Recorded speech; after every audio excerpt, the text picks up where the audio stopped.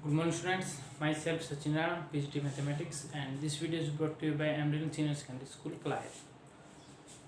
तो आज हम 11th क्लास में जो चैप्टर 7 है that is permutations and combinations, इस चैप्टर को कंटिन्यू करेंगे। और इसकी 2 क्लासेस हो चुकी हैं। फर्स्ट क्लास में तो हमने फैक्टोरियल के बारे में पढ़ा था और सेकंड क्लास में हमने पढ़ा था कि फंडामेंटल थ्योरम ऑफ काउंटिंग, ठीक है, जिसमें मल्टीप्लिकेशन एंड जो एडिशन है उसके बारे में हमने पढ़ा था। तो सबसे पहले तो मैं सजेस्ट करूँगा जिन भी बच्चों ने वो 2 वीडियोज़ नहीं देखी हैं, इस वीडियो के डिस्क्रिप्शन में जो लिंक है उस लिंक से जाके आप इससे प्रीवियस वीडियो देख सकते हैं, ठीक है। मैं अपनी जितने भी वीडियोस बनाता हूँ सबके डिस्क्रिप्शन में एक लिंक देता हूँ जो कि प्रेजेंट वीडियो को प्रीवियस वीडियो से लिंक करता है, ठीक है। तो आपको सजेस्ट करूँगा कि इससे प्रीवियस वीडियो आप ज़रूर देखें। तो आज हम जो हमने प्रीवियस क्लास में टॉपिक किया था फंडामेंटल थ्योरम ऑफ काउंटिंग, उसी को कंटिन्यू करेंगे, ठीक है, क्योंकि पिछली बार इतने क्वेश्चंस हम नहीं कर पाए थे। तो आज की वीडियो में हम वही क्वेश्चंस करेंगे। तो चलिए स्टार्ट करते हैं, देखते हैं next question.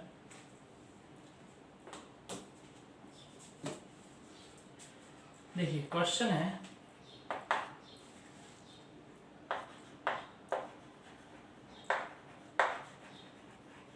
A room has 6 doors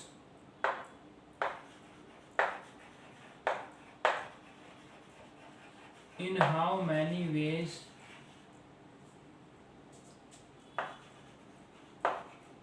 can a man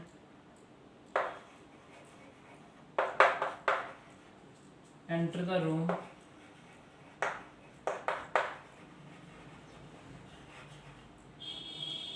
through one door and come out through a different door?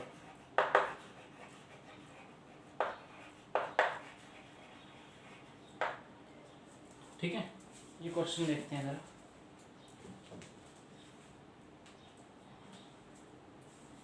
देखिए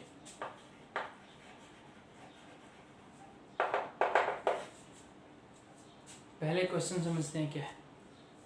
ए रूम हैड 6 डोर्स, एक रूम है जिसके कितने दरवाजे हैं? 6 दरवाजे, 6 डोर्स हैं।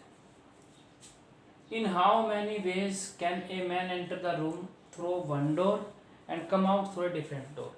अब एक आदमी को क्या करना है, आपको ये बताना है कि कितने तरीके हैं कि वो किसी एक रूम से एंट्री करेगा रूम में, किसी एक डोर से एंट्री करेगा रूम में और दूसरे डोर से एग्जिट करेगा। मतलब उससे सेम जिससे एंट्री कर रहा है उससे एग्जिट नहीं करनी हमें।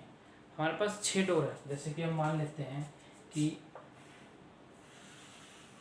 जो हमने यहाँ बनाए 1, first, second, third, fourth, fifth, sixth, ठीक है। तो आदमी है जो वो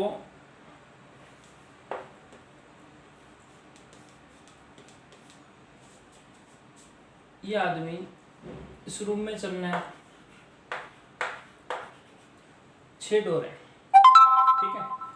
अब उसको क्या करना है, किसी एक डोर से वो एंट्री करेगा और एग्जिट किसी दूसरे से करेगा, ये है मतलब।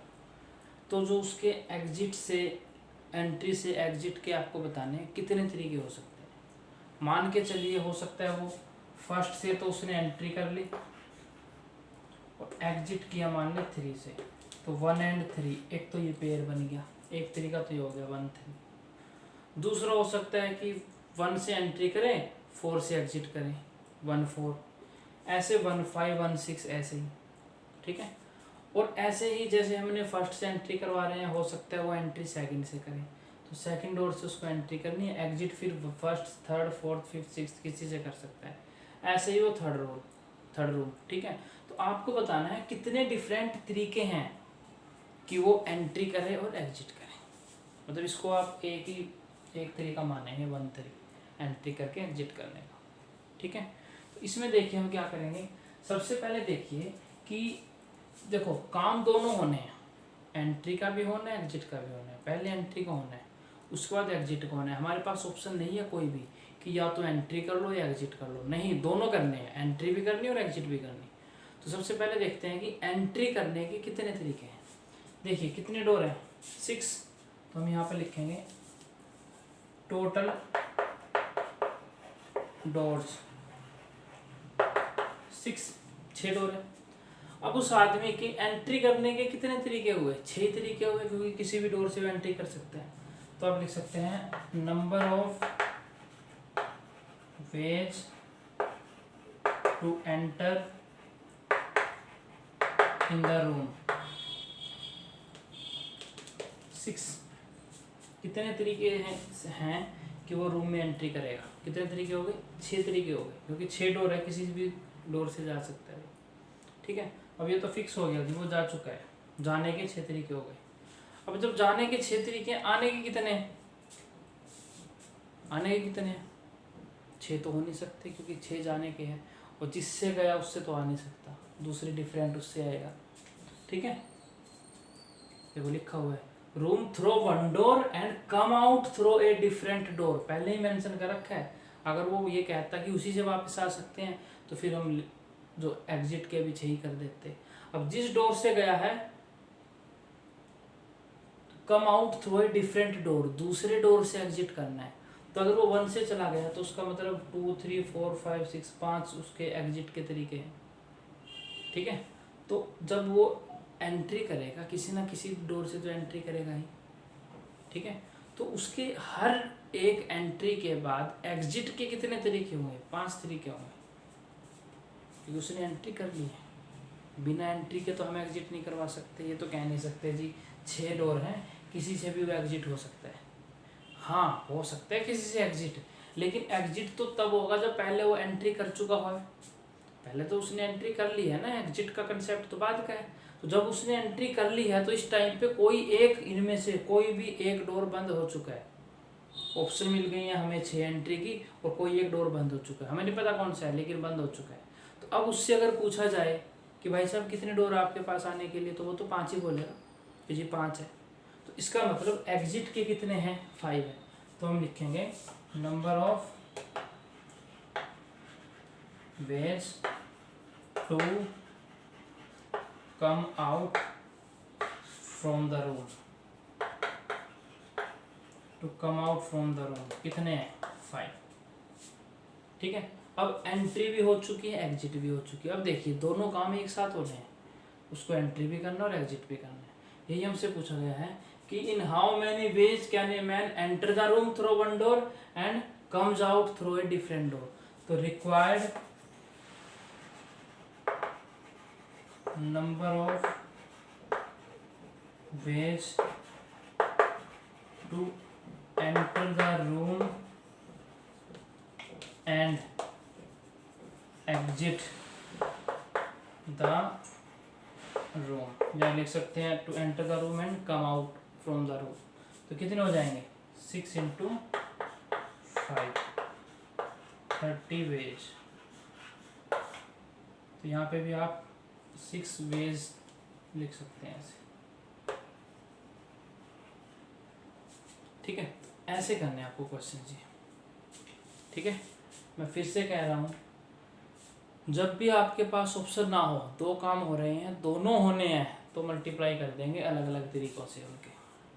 ठीक है, अगर आपके पास ऑप्शन है, अगर क्वेश्चन ये होता कि कितने तरीके हैं कि या तो वो एंटर कर सकता है या एग्जिट कर सकता है, या तो एंटर करेगा या एग्जिट करेगा, तो हम इनको ऐड कर सकते, 11 तरीके हो जाते हैं। ठीक है, अब उसने बोला है कि एंट्री भी करनी है और फिर एग्जिट भी करनी है, दोनों काम होने हैं, तो यहाँ लगेगा फंडामेंटल थ्योरम ऑफ मल्टीप्लिकेशन, जिसमें हम इनकी मल्टीप्लाई करेंगे। ठीक है, आगे समझ में। तो ये था क्वेश्चन हमारा एक, आई होप समझ में आ गया होगा आपको ठीक से। अब एक और क्वेश्चन देखते हैं ऐसे।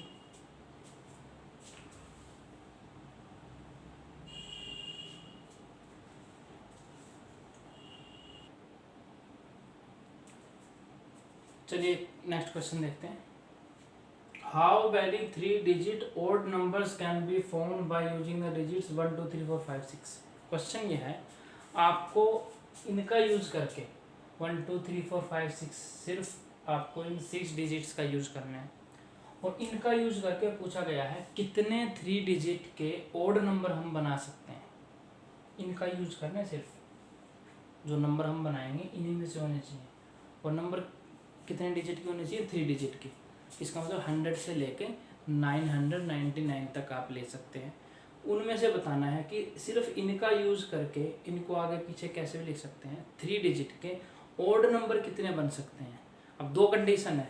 पहली कंडीशन है कि repetition of digit is not allowed, आप रिपीट नहीं कर सकते डिजिट्स को, ठीक है। इसका मतलब आप 111 111 नहीं ले सकते, आप 411 411 भी नहीं ले सकते, मतलब कोई भी डिजिट रिपीट नहीं होना चाहिए, ठीक है। सेकंड कंडीशन है कि रिपीटिशन इज अलाउड, आप डिजिट्स को रिपीट कर सकते हैं, आप 111 ले सकते हैं, आप 311 ले सकते हैं, आप 521 ले सकते हैं, ठीक है, 623 ले सकते हैं, कुछ भी ले सकते हैं, ठीक है, 555 भी ले सकते हैं, ठीक है। देखिए दोनों केसेस हम डिस्कस करेंगे। चलिए सबसे पहले देखते हैं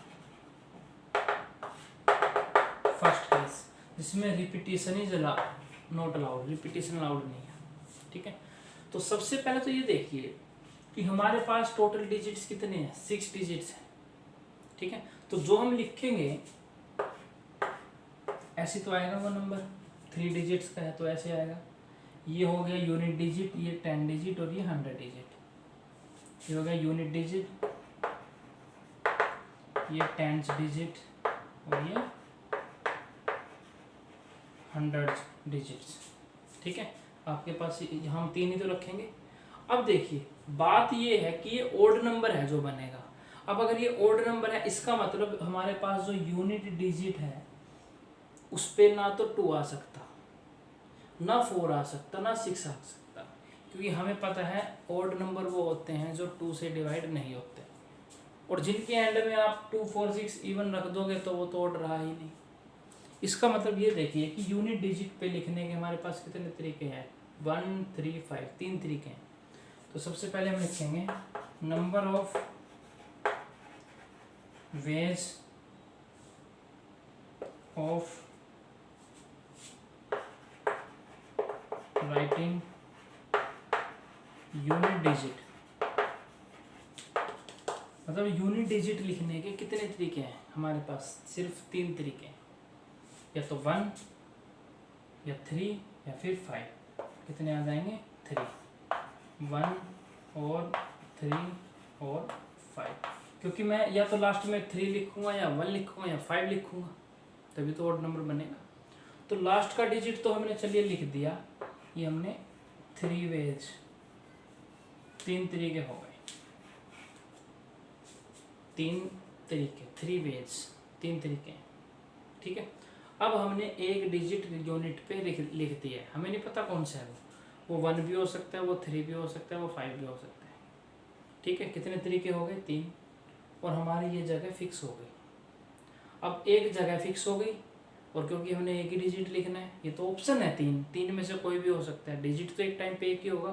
तो अब हमारे पास 5 बचे, क्योंकि एक आ चुका है, कोई भी हमें नहीं पता कौन सा है, आ चुका है। तो अब हमने 10 डिजिट से पूछा कि ये 10 डिजिट बताइए आपके पास कितनी ऑप्शन है। तो उसने देख के बोला यूनिट की तरफ कीजिए, यहाँ पे तो कोई बैठ चुका है, और टोटल 6 थे, एक बैठ गया है, ठीक है। 5 डिजिट बचे, क्योंकि हमें रिपीट नहीं करना है, हमें रिपीट नहीं करना है, जो यहाँ आ चुका है वो टेंस पे नहीं आएगा। तो 10 डिजिट के लिए हमारे पास कितने तरीके बचे, 5, क्योंकि 6 डिजिट थे, एक ऑलरेडी आ चुका है, तो कितने तरीके हो गए, 5 बचे। तो 10 डिजिट के लिए कितने तरीके हो गए, 5 वेज। यहाँ पर लिख सकते हैं हम number of ways of writing, या फिलिंग भी लिख सकते हैं, राइटिंग लिख देते हैं, ऊपर हमने राइटिंग यूज कर रखा है, ऑफ राइटिंग 10 डिजिट। कितने हैं, 5 5 वेज। हमारे पास 5 तरीके हैं। अब 10 डिजिट भी ब्लॉक हो गया, एक यूनिट डिजिट पे बैठ चुका है, एक 10 डिजिट पे बैठ चुका है। अब हम 100 डिजिट वाले के पास गए कि जी बताइए है 100 डिजिट्स, बताइए आपके पास कितनी ऑप्शन है। अब वो बोलेगा जी देखो ऐसे है, यूनिट डिजिट पे भी कोई बैठा हुआ है, 10 डिजिट पे भी कोई ना कोई बैठ गया। जी 2 तो बैठ चुके हैं, रिपीट हमें करना नहीं है। तो टोटल 6 थे, 2 आ चुके हैं, उसको भी नहीं पता कौन से 2 आए हैं। उसने तो ये बोला जी देखो 2 आ चुके हैं, पता नहीं कौन से हैं, अब ये 4 बचे हैं, जो भी बचे होंगे वो चारों में से मैं कोई भी ले सकता हूँ। तो 100 डिजिट को फिल करने के कितने तरीके हो गए? 4। यहाँ पर हम लिखेंगे number of ways of writing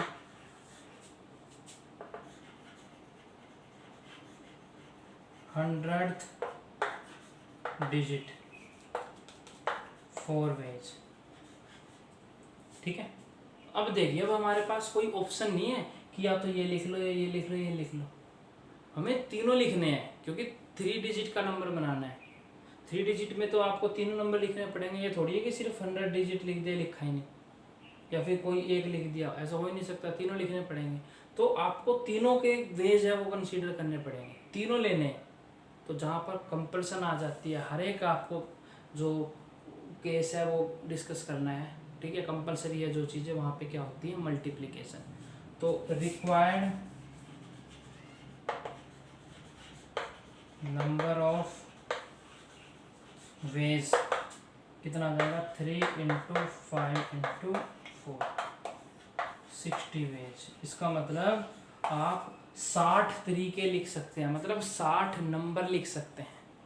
ये वेज का मतलब नंबर ही है, इसका मतलब 60 नंबर लिख सकते हैं आप, जो ओड हों, 3 डिजिट के हों और इनसे मिलके बने हों और उनमें कहीं पे भी कोई भी डिजिट रिपीट ना हो।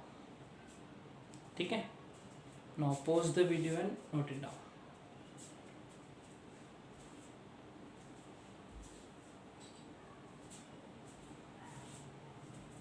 ठीक है, ये चीज समझ में आ गई। अब बात करते हैं सेकंड केस की।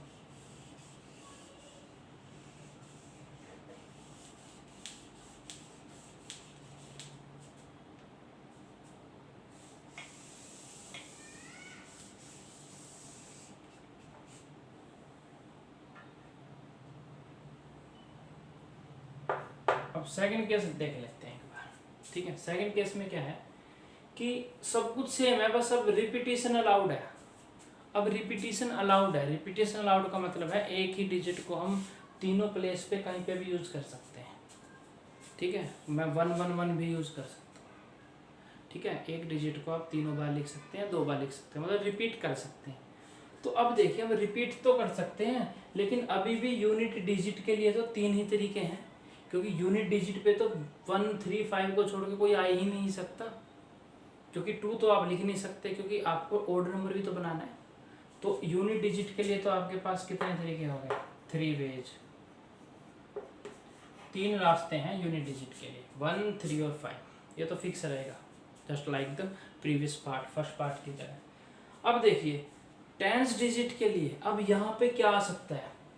अब 10 डिजिट से हमने पूछा कि ये 10 डिजिट बताइए कि कितने तरीके से आपके पास नंबर आ सकता है। तो अब तो इसको कोई किसी भी टाइप की कोई टेंशन ही नहीं है, तो ये बोलेगा जी 6 के 6 में से कोई भी नंबर डाल दो। क्यों? रिपीटिशन तो अलाउड है ही। अगर यूनिट डिजिट पे कोई डिजिट हमने लिख भी दिया है तो क्या फ़र्क पड़ेगा, जब रिपीटिशन अलाउड है। तो टोटल कितने तरीके हो गए? 6 वेज। तो यहाँ पे तरीके हो गए 6। ठीक है, ऐसे ही 100 डिजिट, इसको भी कोई फर्क नहीं पड़ेगा, 6 तरीके हैं इसके भी, इसको भी लिख दीजिए। कितने तरीके हो गए? 6 वेज। ठीक है, अब देखिए, अब लेने तो 3 ही डिजिट है, वही सेम एक साथ लेने हैं, कोई ऑप्शन नहीं है, तो मल्टीप्लिकेशन ही होगी। तो रिक्वायर्ड नंबर ऑफ वेज कितने हो गए? 3 × 6 × 6 108 वेज। इसका मतलब 108 तरीकों से हम लिख सकते हैं। 108 नंबर ऐसे हैं जिसमें डिजिट्स रिपीट हो सकते हैं। ठीक है, डिजिट क्या होंगे, रिपीट हो सकते हैं। वो कितने डिजिट हैं, 108 टोटल नंबर है। ठीक है, ना pause the video and note it down.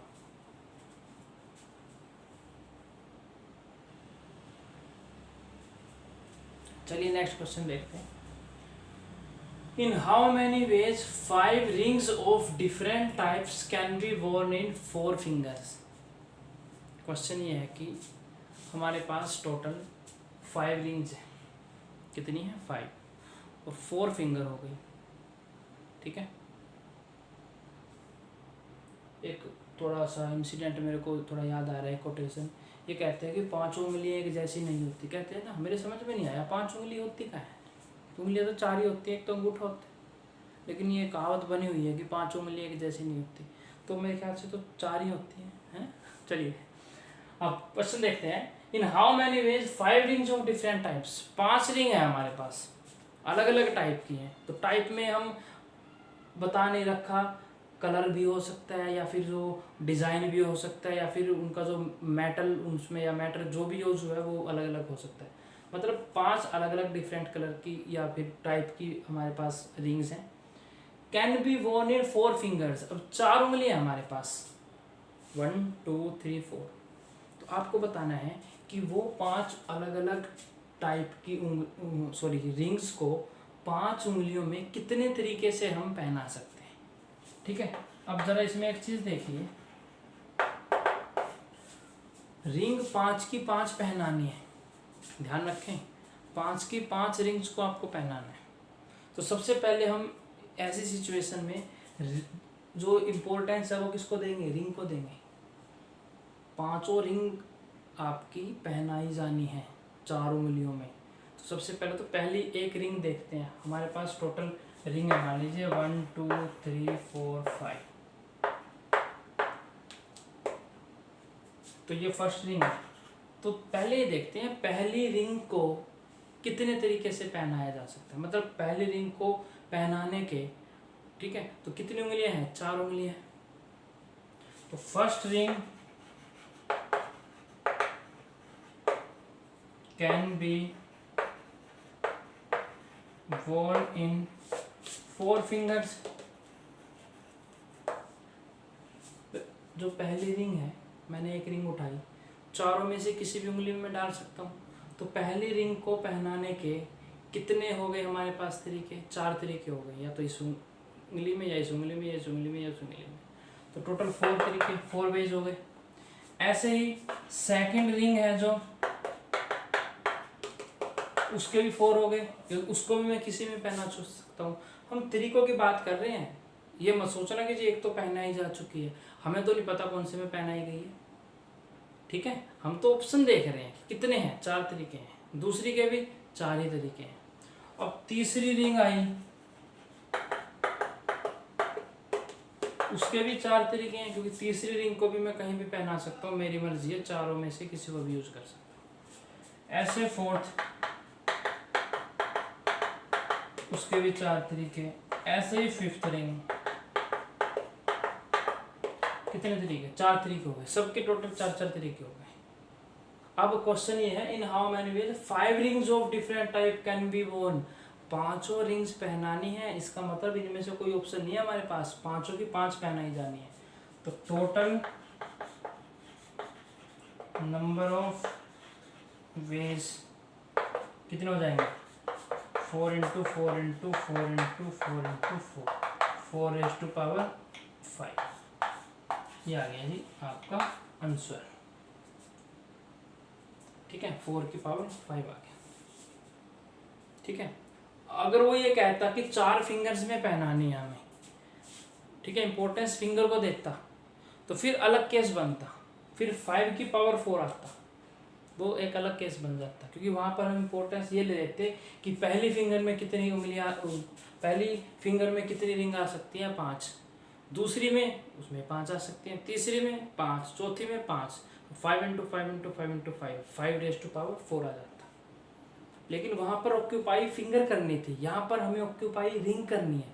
Clear लिखा गया है कि in how many ways 5 rings can be worn, 5 ring पहनानी है, तो इम्पोर्टेंस हम रिंग को देंगे। पहले रिंग को एडजस्ट करेंगे कि एक रिंग के कितने तरीके, दूसरी के कितने, तीसरी के कितने और पांचों के। ठीक है, समझ में आ गया? तो आई होप आपको ये चीज़ें आज जो हमने की हैं वो ठीक से समझ में आ गई होंगी। नेक्स्ट वीडियो में हम अब आपको जो परम्यूटेशन है वो हम स्टार्ट कर देंगे। ठीक है, तो मिलते हैं नेक्स्ट वीडियो में। Thank you very much.